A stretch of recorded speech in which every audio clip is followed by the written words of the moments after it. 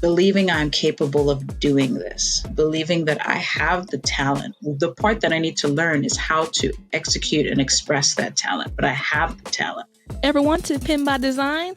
Join us today is the exceptionally talented Ikikima Rudell, a singer, songwriter, and extraordinary and aspiring author hailing from the vibrant city of Tuscaloosa, Alabama. Ikikima's music has the power to ignite your soul and transport you to a world where melodies and language of emotions. With her angelic voice and skillful songwriting, she has mastered the art of crafting tunes that not only entertain you, but also inspire and uplift you. From heartfelt ballads that tug on the heartstrings to upbeat anthems that make you want to dance, Akikima's music is testament of the boundless creativity of the human spirit. But there's more to Akikima's music at Paris than meets the ears.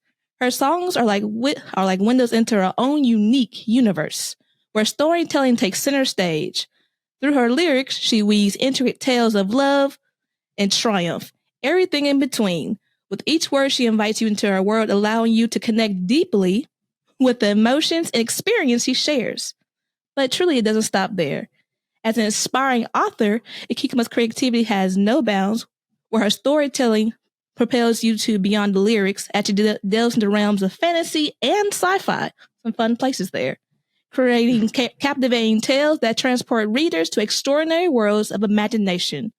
Her writing is a testament of her ability to weave magic, and not only to her music, but into her words. So whether you love music or you're seeking to be inspired for inspiration, prepare to be blown away by the incredible talent and boundless creativity of Ikikima. So let's embark on an unforgettable journey and dive right in. Welcome, Ikikima! Thank you for that, Destiny. That was cool. So I tried. Gotta give yourself some more props. Yeah. Yeah, thank you for having me. No problem. So the big thing I love to get into is your book creation. So there's a lot of aspiring authors out there. And the most daunting task of all things is picking one idea. Like, where do you go for with that? So this before you get into that, why did you even start writing?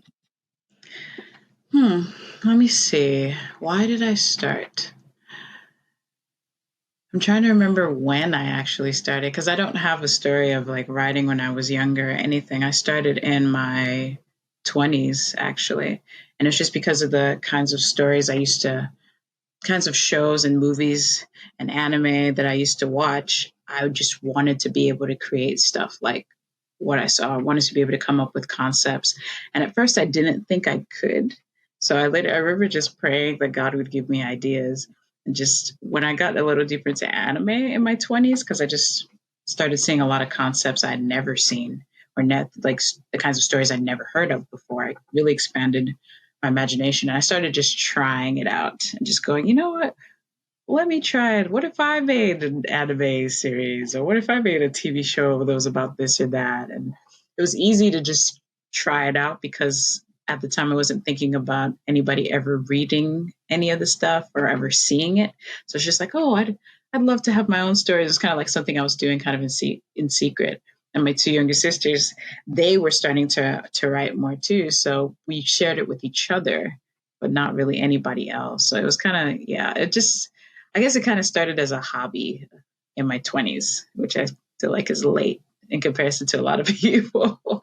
So I hope that answers the question. Of course, most likely, because with writing, it's never too late to start writing. So I don't think you started late. I think you started right on time for you because you started trying out there. And plus, the gateway of anime is a great gateway of all great writers. Yeah. Because those are my favorite. That's exactly kind of the similar story that I used to watch. Like, oh my gosh, like how do these people think of these things? Yeah. Something I thought of for sure. Right. So what was your favorite anime you started with? At the time, my favorite I think was Inuyasha. At the time, I think that's what it was. I really liked Inuyasha. I really liked I remembered watching Trigun, Full Metal Alchemist at the time, Cowboy Bebop. But yeah, I think Inuyasha was my favorite at the time. Yeah. It's an oldie but goodie. Don't sleep on old animes. Yeah. So I do know that from our talks previously that you have written a book. Haven't put it out there, but ladies and gentlemen, when she puts it out there, you're going to be blown away. It's a very good book. So what was it like first of all, for many authors don't really get to it? How do you feel? How do you feel to finish your first book? So that's a loaded question for me, because the actual first book that I finished caused me to quit writing. So it was actually a very difficult process, because I just wanted to set out to finish it, but I didn't know if I was capable of doing it. And I just kind of kept pushing through, but I was still very insecure in the process. And it was because this was going to be one of the first times where I was letting people read what I'd written, because I told you when I started, it was just going to be like secret, like me just writing. I was coming up with concepts for fun.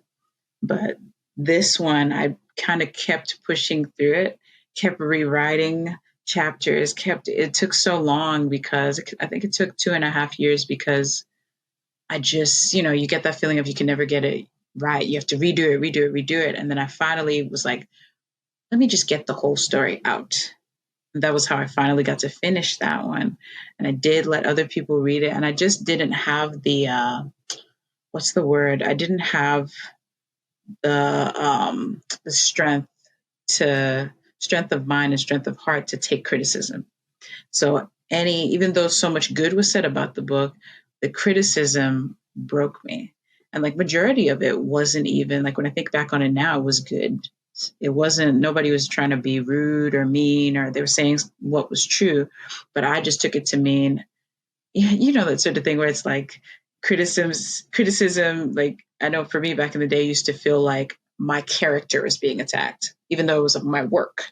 It was what I had created, but I felt like it was me. Like, oh, you didn't write this. This wasn't clear. So you're not capable of writing things that are clear or that are easy to understand or whatever it was. So I finished it, but it was such a long, grueling process that I was like, you know what, this is too much trouble. And I actually put it out there for sent it to agents to try to get it, a literary agent and everything, and just kept getting rejections. So that didn't help. I was just like, yeah, I'm not good at this. And I ended up quitting. So that was my first experience with finishing a book. I quit writing. So yeah. But yeah. Oh my gosh. Yeah. I'm glad you came back. Yeah. So I'm glad you came back. But I really do think your story mirrors a lot of beginning authors, because you feel like you're exposing a piece of your soul, because you spent so much time writing something and putting your whole heart into it for it to be almost like slaughtered on the altar of other people's opinions. You're like, oh my God. Yeah. It's a very vulnerable process. It is, but I think it's also a great process of unlocking the senior inner strengths, because that was similar to my story, because I started in high school and my English teacher said, it's so good, so you should go submit it to this writing competition. I was like, okay, cool. And I was like, I got my teachers, I'm feeling pretty good. I've never submitted to a writing competition beforehand, so this was a new experience. And I said, I tried my best and sent it out there. And the feedback came back, and I was like, "Oh, I'm not that good," And they were just saying to develop it more and characters more. Really, actually, not bad criticisms, but I felt that meant that I couldn't write. And so when I think it was in my senior year or junior year of high school, that's when I had stopped writing. And I was like, yeah, it was like it's always been a pipe dream, the starving artist, just making all types of excuses. Why it didn't work out.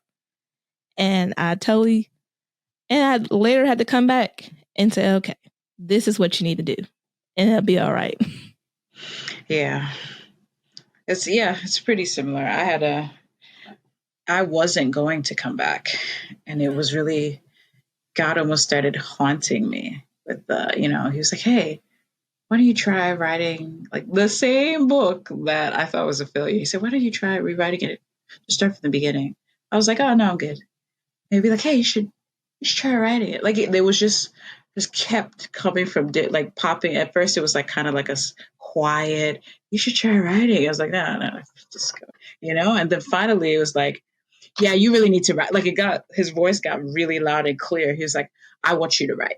Like, and when he said it like that, it was like, oh, that I'm not going to say no to. Before I was like, okay, it's my choice that I'm not doing it. So I was like, okay, I'll try. But we saw what happened last time. It wasn't that great. But since you really want me to do it, and that was how I started writing the book again. I thought I was just about to rewrite that story, but it came out as a completely different story. That one took me 2.5 years to write. This one took me 10 weeks. And it just poured out of me. It was like in a way where I almost feel like I couldn't quite take credit for it because it just felt like I was copying what I was hearing in my head. Like it was just, I would just see the pictures and just copy down. It was just not like before where I was striving. Okay, I'm going to put this part here and that part here. It just flowed right out of me from beginning to end. I was like, oh, okay. I guess I just finished the book. But it was a completely different experience when I finished this time because I think it pouring out of me like that, I couldn't, I was very connected to the story but I could see it more almost as a viewer. But it also made it easier for me not to tie myself to it in a way where when I got criticism that I felt like, oh, I'm being attacked. I was like, nope, I'm confident that this story came from God. So I know the story is right. And I knew the things that if people gave me criticism, good criticism, to take that and apply it, I knew how to do that. Or if they gave me criticism I knew didn't go with the book, I knew how to go, okay, I'm not going to use that. Almost like separating the meat from the bone. So it was a completely different experience that second time around. So I don't really count the first book, even though it's a finished story. It's a super convoluted story. It's like I was trying to throw in every idea I had because it was like, is this my last chance? My only chance. So it has so much in it. Like now when I read it and I'm like, I could break this out to so many different stories. So it's like the second one that took me 10 weeks. That's what I kind of count as my first finished book, actually. So yeah. I said, "Whew, that's really awesome," and that just sounds like a lot of writers because I know a lot of people. I scratched there. A lot of people say when you're trying to be a writer, you need to have thick skin. You need to, you need to be ready, ready to take on the world. Where it feels like for you, you didn't have to have thick skin, but it's a change of mindset. Is what it sounds like. Yeah, yeah, yeah, and confidence, really, because I think that was my greatest struggle as a writer. It's not as bad now because I'm just generally more confident as a person, but it could just be geared toward that criticism could be geared toward how I'm executing the story or did I write it well? Was it good English? Is there a better way to express this? And those are parts you learn as you go and you can study and get better at. But yeah, as for the talent part, I had to learn I'm talented in this area. I have stories in me that other people don't have, and I have stories I believe the world has to hear. So it took a little bit to build that confidence up, but that definitely made writing easier. And actually, believe it or not, learned how to enjoy it. So, yeah. Oh, that's awesome. And I really like how you said it really was more of not really, it was between confidence and execution. Mm-hmm. And that's, I think, where a lot of beginning writers kind of have a hard time getting, where to help with execution, you have to practice. Yeah. Yeah. And you just have to keep on trying, keep on learning. And that's what makes you a better writer. Not dismissing any talent. Yeah. But I'm pretty sure people like J.K. Rowling didn't say her first draft was the thing of the gods. Yeah. Yeah. I'm so glad you used that example because she's actually one who she experienced so much rejection before Harry Potter became the Harry Potter we know, before somebody finally picked it up and believed in it. You know what I mean? So it's like all these kinds of writers, they experience that rejection too. They experience people telling them, professionals too, even telling them, this is crap, So it's not the easiest line of work to get into though. And when I read up about it and stuff, but you really have to have a lot of, you have to grow a lot of belief in yourself, Ooh. So I like that. I think we should start making that a thing. Like it's not thick skin. Just believe in what you write and believe it can get better. Yeah. Yeah. That's just so good. That's just going to help a lot of writers to understand that it's, as they say, trust the process. It's Yeah. one step at a Yeah. time. No As one much likes as I it. don't like that sentence, it's so true. Trust the process. He's like, gosh darn it, can I not be here soon enough? I know. I know. But that also brings to one of the things I heard in another writing community, that when you first start writing, you just have a knowledge gap, as what she calls it, where you know what good writing looks like and you know what it sounds like. But then when you try to do it, it's not exactly how it's supposed to be. Yes, it's so true. I definitely experienced that, the knowledge gap. You can recognize this is a good book. How come I can't make my book like that? You know? But it takes, you actually have to put in work, no matter what your talent is. I feel like a lot of people think when it comes to art, you just do art and it's just good. But it's like you have to put in work to develop it and make it stronger. So to become a better writer, you have to write, you have to read, so yeah, there is that gap, and it can be discouraging. And there's also the thing of when you get the story out the first time, that's not the point where it's like, okay, let me give it to people to read and have their, no, that's like word vomit. You just pour out the whole story. These books that we read, the actual book is like sometimes the 10th draft. Okay. You're not reading, oh, somebody just wrote a book. They just poured it out, and from the beginning it was just perfect. You read, this is them, they've edited it, then edited it again, then they cut out a part of the story, then they added a part to the story, then they had their editor read it, then they had their family, their friends read it, then they had, and this is, you're reading polished stuff. Like all these behind me, like all the books, it's like many people went through them for them to get to this point. You can't write something when you first get that story out and expect it to just magically be like this. So Right. And this is where I feel like being an author and just being a creative in general really makes you more collaborative in nature, because you want, you have a desire to put out good stuff. And so it requires you being with other people to help you get better. Yeah. And I just think that's how God sets it up, because anything, any job, any talent you have, you need other people to help you verify, get it out there. It's not one-on-one. It's you and many. Yeah, you're so right. And that's something I had to learn about writing that I actually didn't know, that it takes, they say it takes a village to raise a child. I feel like it takes a village to write a book. I feel that way with storytelling in general. There's some movies I watch where I'm like, how many people okayed this? Like, I'm like, it went through so many different eyes, and no one said, "Oh, why are you guys doing that?" So, but yeah, I feel that with a book, that's a really hard part, because in the writing process, I realized I wasn't just kind of insecure about my stuff, but I was prideful about it. So that pride of like, if someone says, "No, I don't like this," even though there's like that sense of, "Oh, I'm not good enough." On the other hand, I also felt like, what do you know? You don't write. Like these two like completely different, both negative on the different ends of the spectrum, things going on in my head.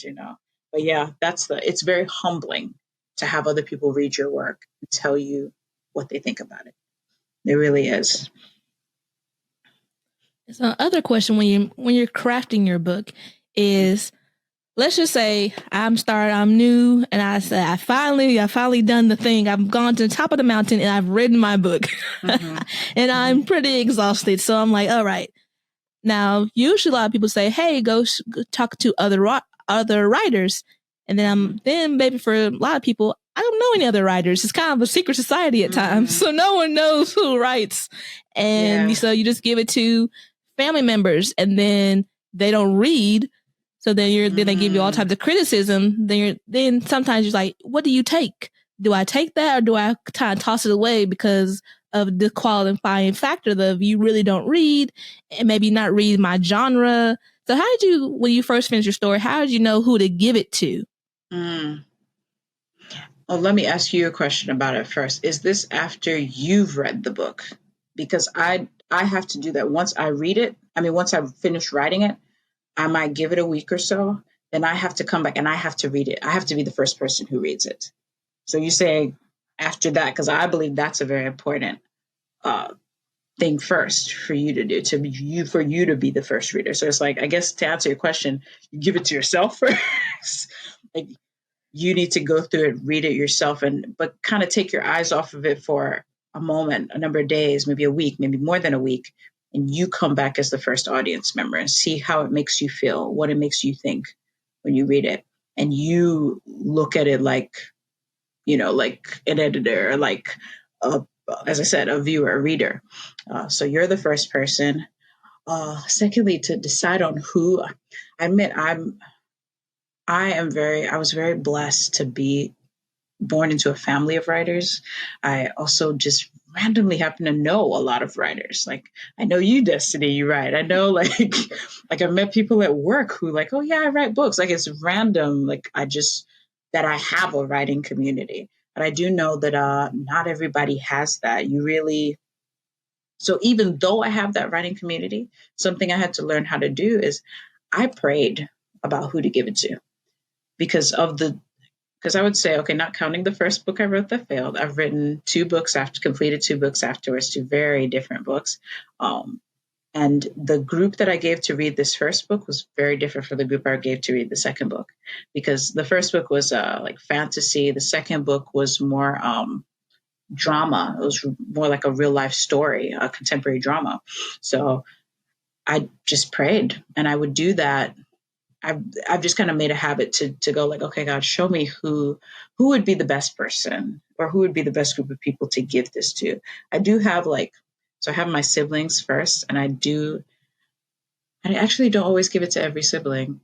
I do have like maybe a couple of siblings who, whenever I write a book, I send it to them, because I know they're going to want to read it. They're writers. They're going to give me their honest opinions, tell me how they felt about it. For the second book, I had one of my siblings who, it's just not her it's not her preference. So she's not going to be that interested. She's going to be forcing herself to read it. I wasn't offended by that. It's just, that's not who I want to read my book. I want to get an idea of the audience. She's not going to be the audience. She wouldn't have bought this book had it not been written by me. So I would say, yeah, prayer. Also taking a look, okay, who do you know who reads? Even if you can only get one other person, it doesn't have to be like, you don't have to feel like you failed because you didn't get 10 people. Even if you just have to look around, even if it takes a while to find, like, just keep your eyes open. I feel like you'll find somebody, even if it ends up being somebody who you didn't expect. But yeah, to me, that's where prayer really comes in, and just prayer guiding. Like, God will show you, God will open up those doors and show you people, like, oh, why don't you give it to that person? Oh, why don't you? And it may not be someone who would have been at the top of your list if you'd written the list. So yeah, I hope that kind of answers the question, because I realize I'm not the best person to ask it, because I happen to be surrounded by writers randomly, so yeah. No, that was awesome. Just because it's kind of making you kind of get out there and try people to find someone, but also it sounds like you really discerned who this book will be best for out of who you knew. So it wasn't like you gave it to everyone in your family, and then you get a hot pot of all types of misconstructions. You have half negative, half positive. Then you're like, well, I'm in the middle then, because I don't know. Yeah. So that's like a lot of good stuff. As we're going through trying to figure out our writing, we got it out there. And then next steps will be, you can take a route of publishing yourself or go finding agents, whatever works best for you. Here we're talking about self-publishing, but still traditional publishing is always an option. So don't count it out. Yeah. That's really still my preferred option. And it's not like, because I really do respect self-publishing, and I've thought about it. I just personally haven't been drawn to it, because I feel like for every book, I don't know, like, going the route of trying to get an agent is tough. And I've read so much about it, like Stephen King, who we know to be this writer that people all over the world know, right? Do you know that guy, like, he was rejected so many times that he threw his script? I can't remember which one it was that ended up becoming a movie that everybody's watched. That he threw the script away. His wife had to go get it out of the trash, and she was the one that encouraged him to keep writing. because there's so much rejection in this industry, and you're like, anything that you read will tell you, especially if you want to go the route of trying to get a literary agent, you're looking for the person who is the perfect fit for you. You don't want someone that doesn't want you. If you were looking for one person in an entire country, it's tough to find them. I still have not found that person. I do believe I will, but I've shown or presented my work to so many different people, and I've gotten those, sometimes you don't get the response back. You're just told, if we don't respond in 3 weeks, that means we're not interested. If we don't respond in 6 weeks, the hardest ones are if we don't respond in 6 months, then we're not interested, because they're still like, okay, are they going to pick me up on the last day of that 6 months? So it can be pretty discouraging. And sometimes they do reply and you actually get a response, and they, even though you're getting a response, you're happy to get a response. That response is, I'm sorry, but it's not a good fit for me. So it can be a very discouraging route. Some people have the greatest, I guess you could say, luck with it. Some people they just have an easier route where they got some sort of exposure somehow, and them and that literary agent who believed in their work somehow got to meet early on, so everybody's story is really different. Mine so far is one of the ones that's more common, which is, it can be kind of grueling. You just keep doing it. You just keep pitching your stuff. As they say, queries. You send out a query. You send it out to different ages, making sure it's somebody who specializes in the genres you're doing, someone who, as you've read about them, would they be a good fit for your work? Because it's not just, I want anybody. It's just, you also have to have standards and stuff you're looking for. If I want someone who specializes in this, I want someone who would know about the area my story is in, so yeah, it's tough. I don't know as much about the self publishing route, which you'd probably be able to speak on a lot better, Destiny, but I know that the trying to get published is not easy. It can be not easy, and I do know for sure a little bit from talking to other people that do traditional publishing. It is, besides sending query letters, if you all know of any conferences that they may be at. I know each state does it differently. I know Alabama and Georgia has different conferences where agents come down and you have a day or two where you can go up there and query one-on-one. So there's a lot of options. So if you're trying to do traditional, they're making it a little more open so that you can kind of get out there and help out with that if that is what you really want. This is no shame in that. That is still awesome. Simon & Schuster, Random House. I was like, oh my gosh, things I grew up on. That would be amazing. Yeah. On the flip side, self-publishing is really just for those who just wish to have more control over their books.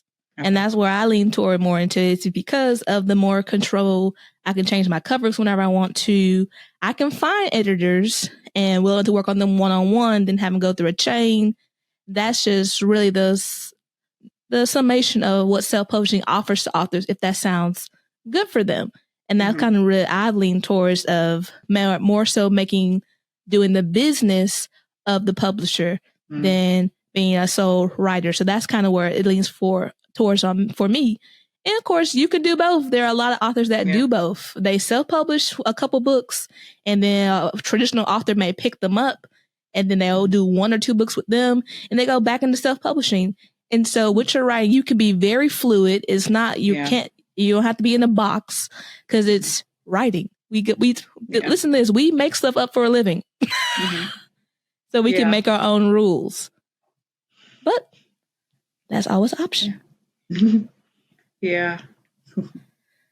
So with all the writing, you have quite a unique creative journey. As I said earlier, folks, she not only writes, she writes songs as well. So my big question is, how did your creative journey begin, from you writing books to doing your live concerts of original music? So it was very unexpected for me. I grew up with music being big in just my family, my house.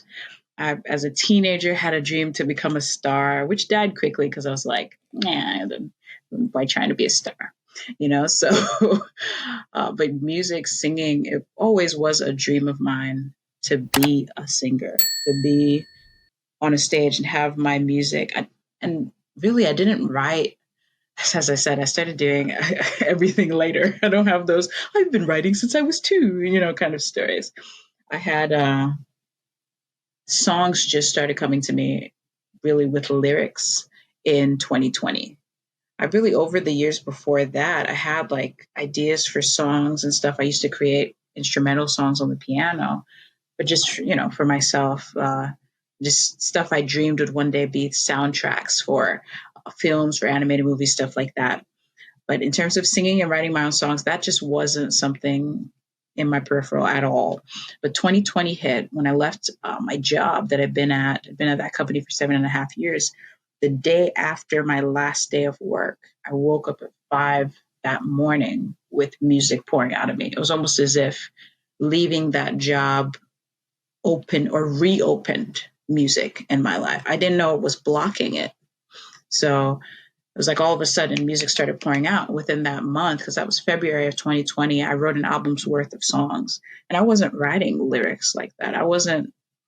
I'd written a few songs, but nothing ever felt like it was it.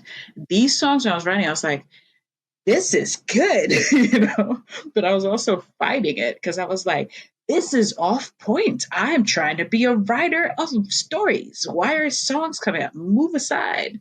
But it's like this stuff would wake me up in the middle of the night. But as I'm trying to fall asleep, music was boring. Like I had to record. So like I'm falling asleep, like, like singing into my phone because lyrics just kept coming. Whereas it was like it was forcing its way out. I've never had that happen to me before. It was a very strange experience. But something I learned from it is I am meant to create music, because why else would it force its way out like that? So, and I made the song coming out of me was the kind of music I would listen to. It's the kind of music I found good. So, yeah, that's how that actually began for me. And after that album's worth of music, more music, it still hasn't stopped. I have like hundreds now. It's like they just keep coming out. And then a desire to kind of share them with people came. And I would just search for opportunities anywhere I could to just share them, even just with family. Because I was the music's only audience for a long time because we were in quarantine, when this happened. So I wasn't going to be going out. I got to do one performance at a UPerk cafe here with my sister because she'd already performed there a couple of times. So she was like, let's do a joint one together. And this was my first time sharing my music. I think you remember it, Destiny, back in March of 2020. This was my first time sharing my songs with people. I loved it. And it was also one of the hardest things I've ever done because my music is so vulnerable. So that journey, that's how that came about. It just came by itself. I wasn't trying to make anything happen with music. I fought it and then finally had to go, okay, I guess you're here to stay. You're not going anywhere, and now love it and I'm used to it. So wonderful. And folks, her first performance was amazing. Thank you. I was like, oh my gosh, it's Ikikima. So that was a wonderful performance. And since then, you had another outing. I just I have another outing or had another one? You had another one, but after that one. I did? Where? Mm-hmm. Where did I have another outing? You had at the talent show. Talent show. Oh, I completely forgot. Totally forgot your own story. I did forget. I was like, what is this? Is this a trick question? No. Yeah, I did. I actually that was last year. I joined a talent show. It was very random.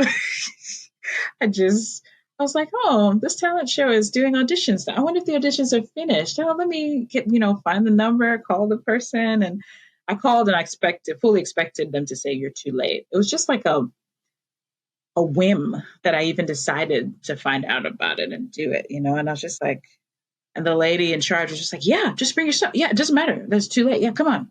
Like they were past auditions. She's like, come on, just bring your stuff. And, I went to the place where she worked. There was like a dance studio and all that, set my stuff up, sang my song. She just stayed and she's like, you're amazing. And I was like, hey, thank you. And she's like, yeah, you're going to be in the competition. And there was like, my song was only supposed to be like so long, but my song was like longer than the time. And she was like, it doesn't matter. Go ahead, sing the whole thing.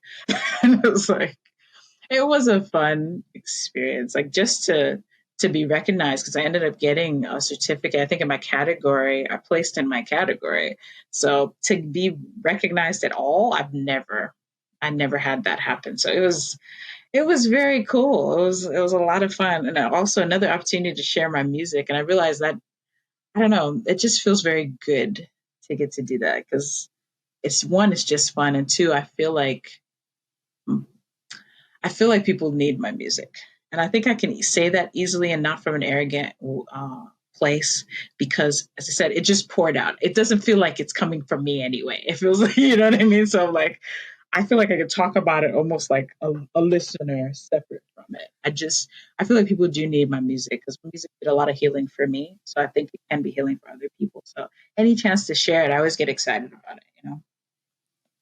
Oh my gosh, yes. Like you all really have to hear her music and find her music because it's just a joy to listen to, for Thank you. one. And I just feel like when people are creating from a pure place of a heartfelt place, I feel that always transcends through whatever you're creating, whether it's a book or it's your music or even instrumental music. Is always, I feel like anytime your spirit and your soul transcends through that. And you can always tell, like, even when like some rock music, you're just like, I think he's angry. Yeah. Like he's really angry. Yeah. You feel what the artist feels. Yeah. So I'm really excited for this next question. How has change influenced your creativity as you've gone on? That's a heavy question, because we all know these changes that we have gone through as a human race over the last few years. They have not been easy. I think all the different changes, um, from COVID, because for me, living in America, I became a lot more aware of the racial issues we have. And I admit, because I come from a whole other country where we've got our whole other problems, I wasn't as aware. So even becoming aware of that changed, that matured my creativity. I have a thing now with my writing where it's almost like I've found more purpose with my writing, what I want to do with it. I One of the things I used to just complain about while sitting on the couch watching TV was I don't see myself much on TV. I don't see a character who looks like me. Who's my color? Who's my gender? I don't see that much. I don't see me as a main character. I didn't see that as a little girl. I didn't see little girls like me in your fantasy stories and your sci-fi stories and your big epic tales, that it's this little girl who goes and saves the world. So that's become a huge thing for me now, because a lot of my books, my stories before, a lot of the concepts and ideas, I realized the main characters weren't as much based on what I felt they should be as much as they were based on what I had seen. So now there's more of a focus of almost me imagining myself in the place of the main character, and having like like even the stuff I want to be, that the stories I have that it will be animated. I'm like, I'd love to see a beautiful Black woman as like your action, supernatural story, like main character. She's the one kicking butt, and everybody's like, she's the one directing everybody behind her. Like, that's something now that gets me excited, that all the stuff that was happening. That's one of the biggest things that happened. It changed that in my stories. It changed, who do I want the main characters to be? Who do I want to speak to with my stories? I also do have this desire to see just more diversity in general in stories and stuff. So it's something that even even in my books, I'll point that out. If someone has locks, I'm going to point that out. If someone, like whatever cultural differences, I'm going to point that out in my books, because I want I want people to be able to read my books and find themselves in it, or read or watch my, the ones that will become movie scripts or TV shows or animated series. I want people to be able to watch those and see themselves in that story, so that was one of the main changes. I think generally my music from the get-go in 2020, because the timing of writing it happened just when quarantine happened, so a lot of how I felt toward just the state of the world and will we ever be okay was coming out in my music, so that change really affected my songs, and just it really stirred up a sense of hope in me, because even the songs I have that sound like they're starting out depressing, we always end in a place of we're gonna be all right, so yeah, it's I think that's a very good question, because all the changes that we've gone through as a country, as a race, as a like all these things have affected my creativity. I'd say generally it's all matured my creativity. It's important for anything I create to have a message. What am I trying to say? That's an important question. Me and my sister, she writes too. We always say that to each other with even stuff we watch. We're like, what were they trying to say? Did they think about what they were trying to say? And I know that's not important for everybody. The main aim with a lot of entertainment is to entertain. I understand it. I respect it.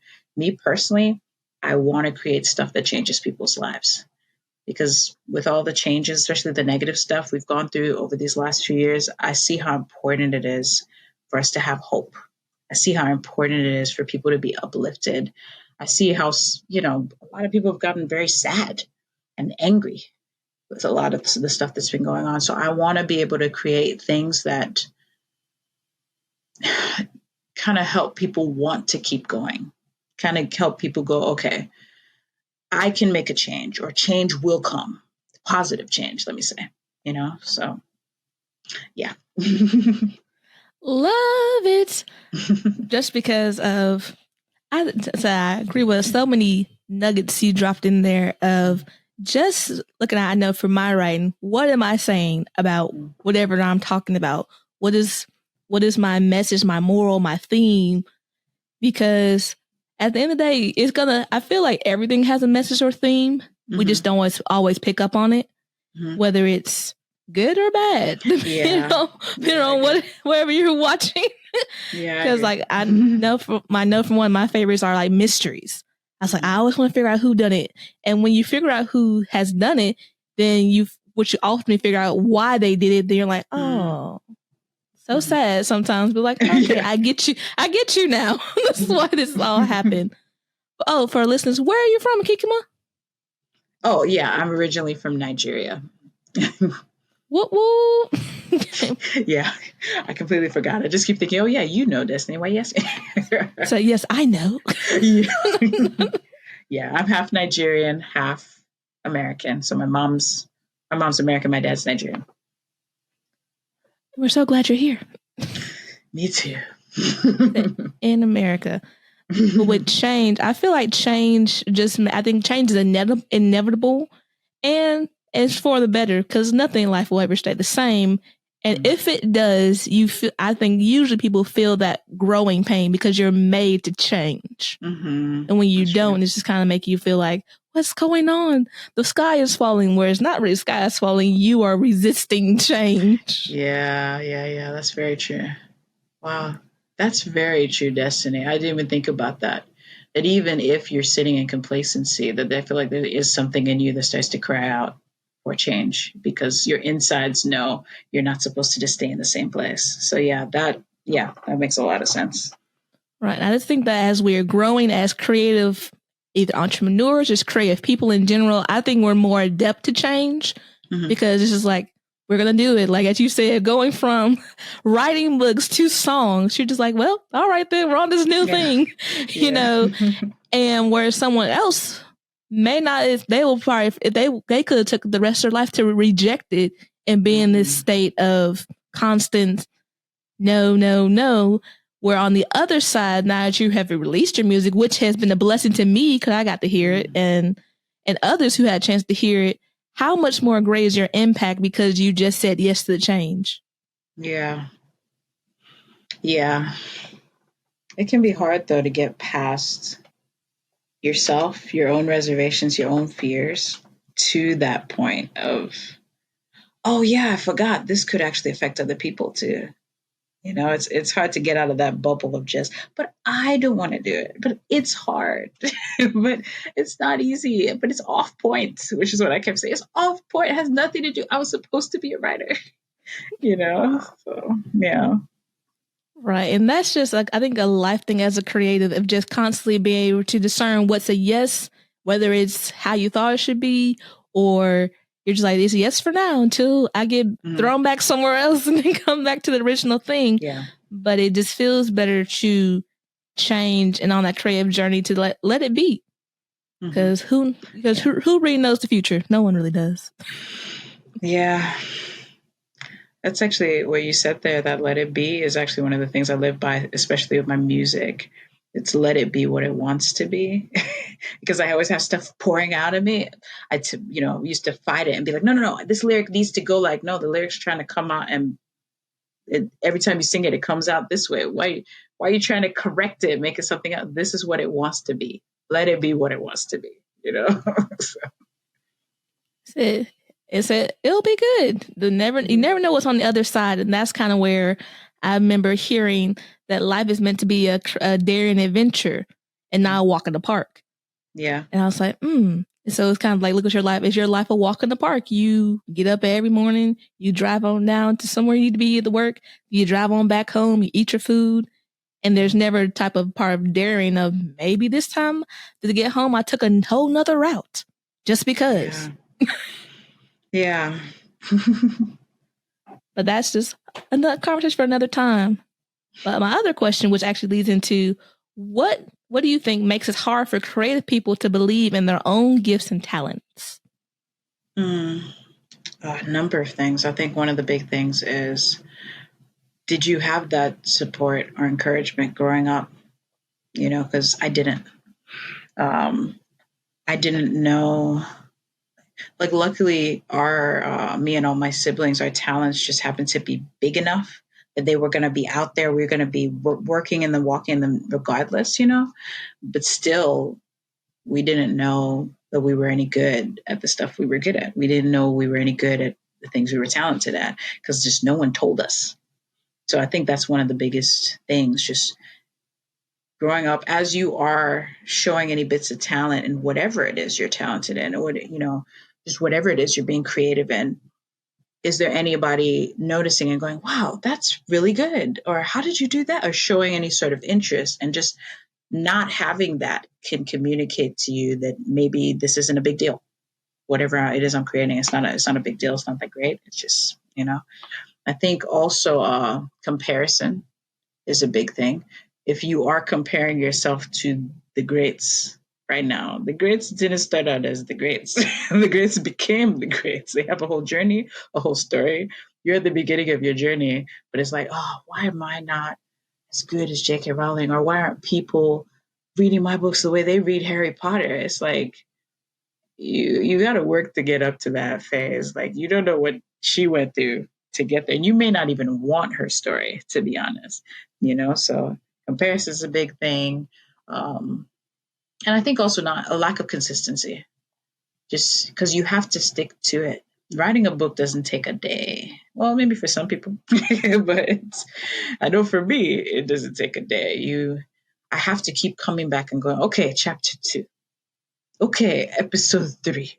I have to come back and keep going with the story. Sometimes I have to sit and create the characters, which is my favorite part. It's the easiest part because this is the part no one has to see, no one has to be invited in. You just have a ball by yourself. There's no such thing as right or wrong. You just enjoy yourself. But just creating the characters, coming up, world building, all of that.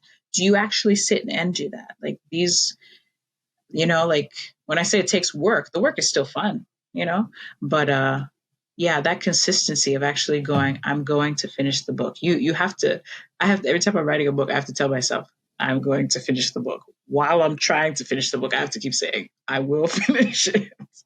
So yeah, those are 3 things I think are really, really, they can really stunt you in just believing yourself, Oh wait, you said in believing yourself. Yeah, I guess that consistency one didn't go. But yeah, the first two did. No, that was someone need to hear, and I need to hear again because consistency. I think I've heard that quite a few times, and it's true for anything. When you are consistent at it, it's in the small steps that lead to big results, and it's just hard to believe, but it is. It's the small steps. It's like the writing, because I know when you start, maybe when authors start out, it's like, I want to, let's say I want to write 1,000 words a day. But, I'm only getting out maybe 200, and it's okay. But the whole thing that I feel like makes authors better than the very beginning author is you keep on doing it. I think I've heard on another podcast there, he was saying, he was talking about his books. And they're like, how do you keep doing books? He said, I think my biggest thing that has helped me grow is just finishing books. I just finished them. and then he published it. I was like, I mean, he said, that's all you have to do is just finish a book. I feel and of course, there's a lot more into it, but it's to finish at least. Yeah. Yeah. And that's the, and keep going, because I think that's the thing, because if you have a whole book where nothing ever comes of it, it doesn't mean you stop, because that was what caused me to quit writing and stop believing in myself. It was the first one. It didn't go the way I wanted it to. People weren't nobody was excited about it but me. And then it made me go, wait, why am I excited about this? Clearly it's not worth being excited about, So I think not getting the feedback or the desired response can be daunting, and it can make you lose belief, even if you're someone who had belief in yourself. But you have to keep going. It's a faith walk. I believe writing is a faith walk for sure. I really do. I said I will concur on that. And it's just, you have to believe what you write is good enough for where you are now. Because I think, as they say, comparison is a thief of joy. Because then the whole reason that, hopefully for most creatives, the whole reason you started writing was because the joy of it. You wanted to make something you didn't see out there. And then you made it. You made it eventually. You made it. And then you lose your joy when you compare. It's like, I missed that comma right there. I said, or all these different things. Truth be told, guys, I do have a thing with commas because of my English teacher. She bloodied my paper because I was horrible at commas. And I was like, oh my gosh. Like, why? Look, but I got for spell check and stuff like that. I was like, I don't even know. And then, but her note was good content. I was like, but you bloodied my paper with commas. The commas, that's funny. The true story. That was just a free nugget of why me and commas are not friends. But back to. But back to the real question I had. Sorry about that. It was far as... Oh my gosh, Ikikima. Okay. Okay. My real question was so let's just say if you're starting off and you think you have talent, but I know for me, when my family tells me something, I usually, even grandparents, I think it's because you're my grandparent or you're my parent, and you just feel sorry for me that no one else has recognized this talent, and so I really take their feedback with a grain of salt, and I look for other people. I was like, "You're my mom. You're supposed to say that."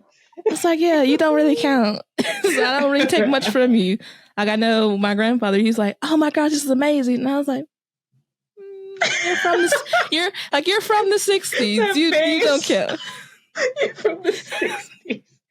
Shame. They're trying to encourage your destiny.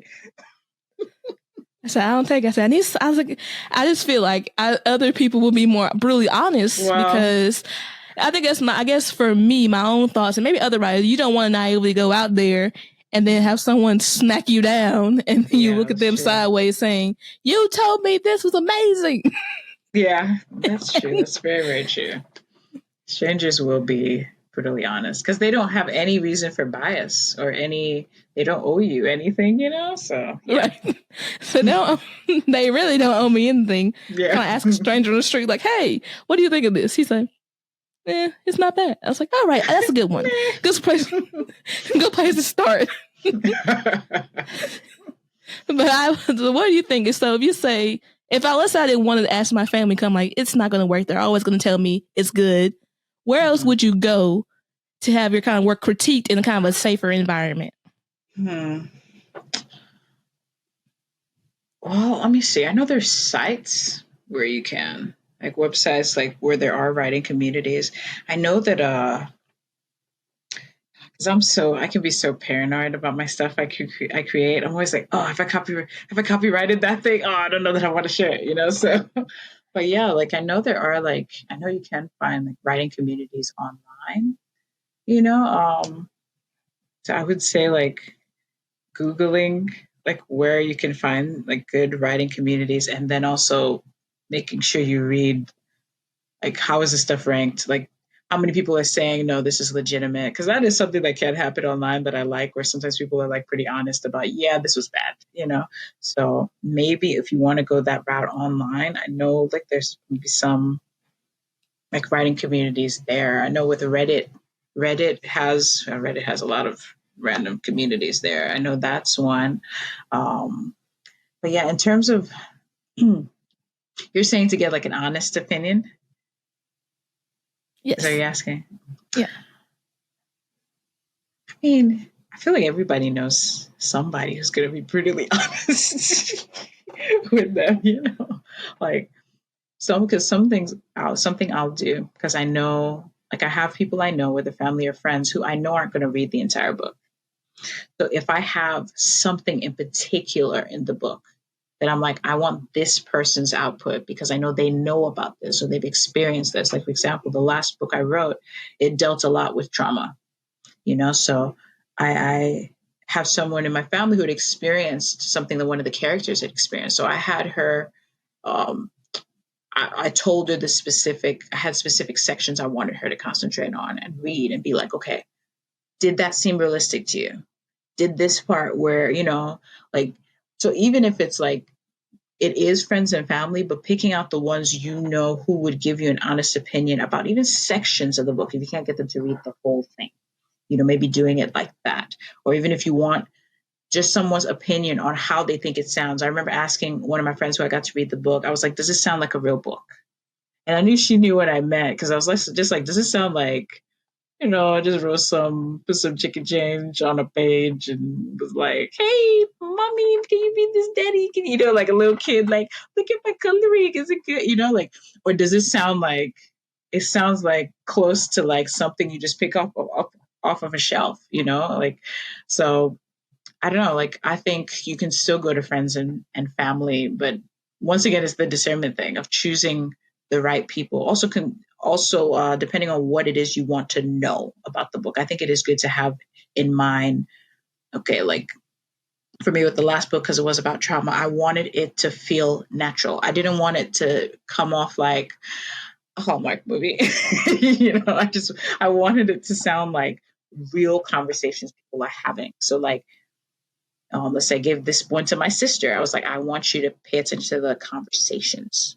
Do these conversations sound real, or do they sound like people don't really talk like that? Like just having notes of like, I need to find out, is this okay? Is this easy to understand? Is this concept? I mean, do they understand the storyline? Do they, even laying all that out and then assigning certain things to certain people? So I don't know. I don't know how much that answered the question. Once again, I said I'm maybe a bad person to ask about those things because I just happen to have people. So, but yeah, even if it's just getting certain people to look at different sections, and also don't avoid the people who are just going to be encouraging, because for your own peace and joy, you need those people to read it and tell you how amazing it is, how amazing you are in the midst of people criticizing it. So that's what I feel. So that is actually really good. I said, I'm just a person who looks for bad news first and then give them the good news. So that at least So Hi. I don't know why my brain works like that, because I feel if I get the bad news first, then I actually appreciate the good news better. Oh, wow. Because if I get good news first and then I get the bad news, I'm going to be down. Yeah, I have nothing else to go from there. I need the sandwich. Good, bad, good. So start off good, squeeze in the bad, and then let me end with good. So that really can work. And that's really just saying with creativity and putting your work out there, it's what it sounds like you just said, like your people that you're asking, they have a goal. You have a goal, but why you give this, that. Like, okay, let's say it's kind of like you say, I finish the book and I give somebody chapter 3. Well, they haven't read 1 and 2, so they're totally out of context and not really sure what they're looking at. But if I say, hey, this is chapter 3 where this happens, can you critique that?